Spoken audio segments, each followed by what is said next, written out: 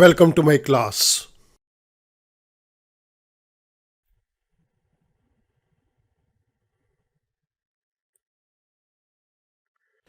The Indian Contract Act 1872. Capacity of the parties. इस particular video lecture के अंदर हम बात करेंगे categories of contract with minor. This is lecture number 39. The following persons are incapable to enter into a contract. The first one is a minor. The second one is a person of unsound mind. The third one is disqualified persons.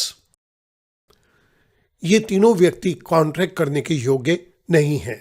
किसी भी contract को करने के लिए कानून के द्वारा ये व्यक्ति योग्य नहीं हैं.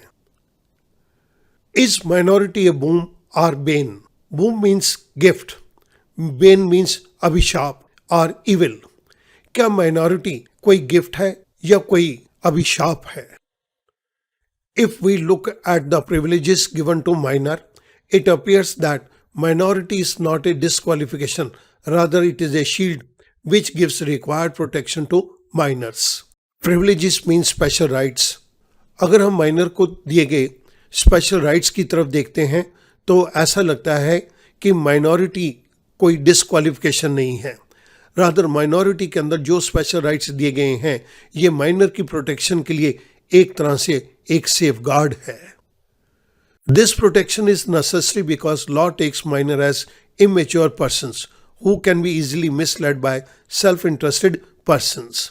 माइनर को ये जो प्रोटेक्शन दी गई है ये बहुत ज़रूरी है क्योंकि कानून ये मान के चलता है कि अभी माइनर इमेच्योर पर्सन है, ये अपने इंटरेस्ट के बारे में सारी बातें नहीं समझ सकता.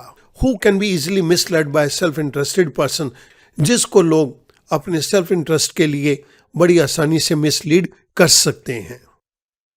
Therefore, the privileged position given to minor protects minors against their own inexperience and against the improper designs of those more experienced.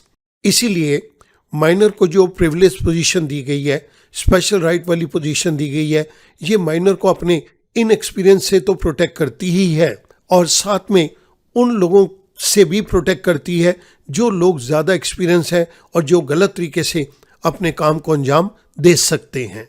Therefore we can say that the laws are made to protect the minority. इसलिए हम ये कह सकते हैं कि कानून के अंदर माइनर की प्रोटेक्शन के लिए ही डिफरेंट प्रोविजंस को बनाया गया है. Now we will define all contracts made by minor can be put into three categories. The first one is valid contract. The second one is voidable contract and the third one is void agreements. अब हम इन तीनों points के बारे में study करेंगे. The first one is valid contract. Valid contract की category के अंदर A part, all contracts relating to supply of necessaries to minor are valid. वो सभी कॉन्ट्रैक्ट जिसके अंदर माइनर को कुछ नेसेसरीज की चीज़ें, गुड्स या सर्विसेज सप्लाई करने की बात कही गई है, वो सारे के सारे कॉन्ट्रैक्ट्स माइनर के साथ वैलिड माने जाएंगे. इट मीन्स अगर कोई शॉपकीपर एक माइनर को नेसेसरीज की चीज़ें सप्लाई करता है, इन दैट केस वो माइनर की संपत्ति में से अपने पैसे को रिकवर कर सकता है. So all contracts relating to supply of necessaries to minor are valid. Second point, all contracts relating to availing of loans for the purchase of articles of necessaries are valid. वो सभी contracts जिसके अंदर एक minor ने necessaries की चीज़ों को purchase करने के लिए कोई लोन लिया है, then all those contracts are valid. But from the point of view of protection, in the above cases, minor is not personally liable, only his property is liable for payments. लेकिन protection के point of view से इन दोनों cases के अंदर minor personally जिम्मेदार नहीं है, उसे किसी भी प्रकार की सज़ा नहीं हो सकती अगर वो लोन की रिपेमेंट नहीं करता या नेसेसरीज की पेमेंट नहीं करता.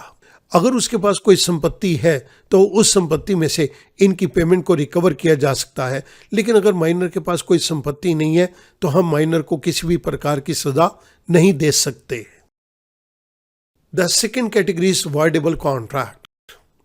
Practically no such category of voidable contracts made by minor exist.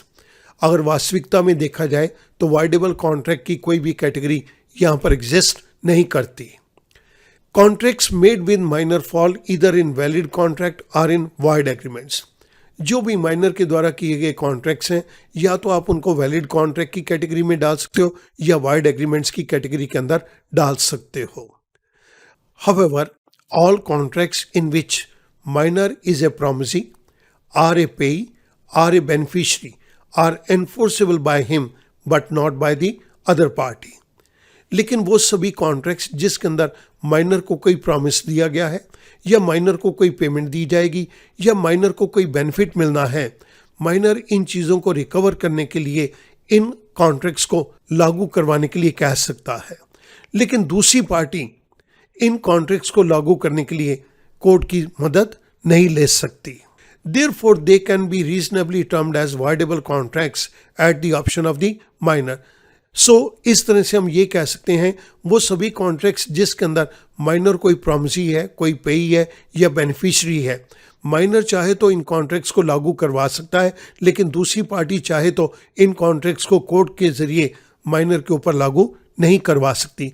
इसलिए हम इन सभी कॉन्ट्रैक्ट्स को वाइडेबल डिक्लेयर कर सकते हैं eight the option of minor.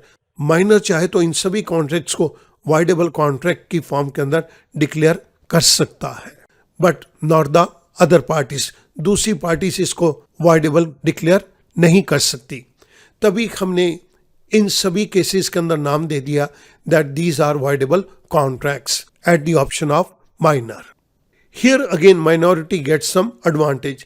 इन सभी कॉन्ट्रैक्ट्स के अंदर माइनॉरिटी को ही प्रोटेक्शन दी गई है या माइनॉरिटी को ही एडवांटेज मिलेगा. The third category is void agreements. All agreements entered by the minor other than those referred to in the category of valid and voidable contracts are void. अभी जो हमने valid और voidable category के अंदर जिन contracts को mention किया उसके अलावा माइनर के द्वारा किए गए सभी समझौते, सभी एग्रीमेंट्स बिल्कुल वाइड हैं, बिल्कुल व्यर्थ हैं, बिल्कुल यूजलेस हैं. The idea in all the three categories is to protect minor from the nefarious design of people. इन तीनों कैटेगरीज के अंदर valid contract, voidable contract and void agreements, minor को प्रोटेक्ट करने का ही आइडिया है. उन लोगों से प्रोटेक्शन देना जो लोग बुरे तरीके से काम को अंजाम देते हैं. Justice Salmond has defined the privilege position of minor as follow. Justice Salmond ने माइनर की प्रिविलेज पोजीशन को बहुत सुंदर शब्दों के अंदर एक्सप्लेन किया. The law protects their persons, preserves their rights and estates, excuseth their laches and assists them in their pleadings. The judges are their counselors and the jury are their servants and the law is their guardian. कानून minor की protection करता है, minor के अधिकार और उसकी संपत्ति की रक्षा करता है, उसकी कमियों को माफ करता है और माइनर को अपनी बात कानून के आगे रखने में उनकी मदद करता है. जजेस माइनर के सलाहकार हैं और ज्यूरी माइनर की सर्वेंट है और जो कानून है ये माइनर का संरक्षक है, गार्जियन है. So we can say it with certainty that all laws are made to protect the rights of minor. Thank you very much.